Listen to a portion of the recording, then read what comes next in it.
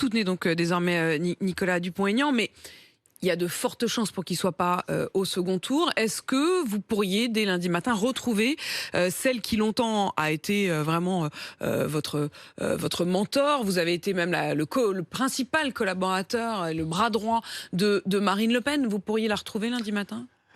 D'abord, je dis premier si tour. Elle est passée, elle, oui, votez massivement pour vos convictions dimanche. C'est extrêmement important, surtout si vous défendez les libertés et l'indépendance. Essayons de nous projeter. Oui, moi je suis très clair.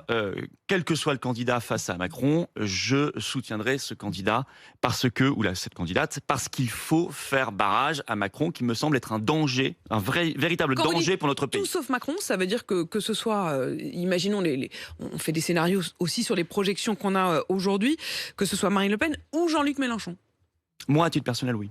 Pas de problème. Après, je ne donnerai pas de consigne de vote. Mais moi, à titre personnel, je pense qu'il faut absolument mettre de côté Macron, qui est quelqu'un qui a démontré sa dangerosité pour notre pays, pour nos libertés, et qui a un projet extrêmement inquiétant. La retraite à 65 ans, tout ça, là aussi, c'est le petit télégraphiste de Bruxelles. La retraite à 65 ans, c'est ce que demande la Commission européenne, comme par hasard, depuis des années. Et justement, Macron veut le faire, puis tant d'autres choses. Je le disais, Florian Philippot, à la dernière campagne, il y a 5 ans, vous étiez aux côtés de Marine Le Pen.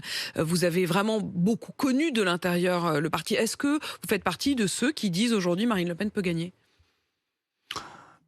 Écoutez, je me méfie énormément d'abord des sondages avant qu'une élection ait lieu, premièrement, et encore plus des sondages de second tour avant qu'un premier tour ait eu lieu, puisque je me souviens qu'on m'interrogeait sur les élections régionales il y a même pas un an, 3 jours avant le premier tour, le RN devait gagner 5 régions.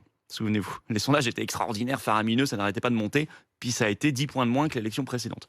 Donc franchement, il faut qu'on sorte un peu les sondages de notre tête et qu'on regarde sur le fond. Ça veut dire que le vote de Marine Le Pen est peut-être gonflé aujourd'hui? Peut-être. On verra bien dimanche, de toute façon il n'y a plus quelques heures à attendre, on verra bien. Mais ce qui compte, c'est Marine Le Pen a évacué comme d'autres la question de la souveraineté. Puisque moi, elle a renoncé à sortir de l'Europe. Oui, je suis parti sur ça. En septembre 2017, elle a renoncé au Frexit, elle a renoncé à la sortie de l'euro, elle a même ajouté elle renonce à la sortie de la CEDH, elle renonce à la sortie de l'OTAN, elle renonce à la sortie de Schengen. Donc en fait, je ne sais pas très bien ce qu'elle pourra vraiment changer. Mais ça, elle n'en parle plus. Et ça, moi, je reproche beaucoup aux responsables politiques qui font comme si, et qui, donc, en réalité, sont dans une forme de mensonge et de manipulation.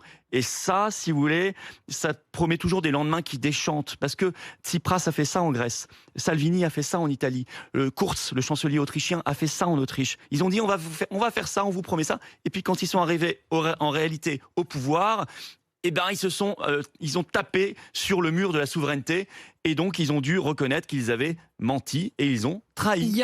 Moi, je veux pas ça pour mon pays. Florian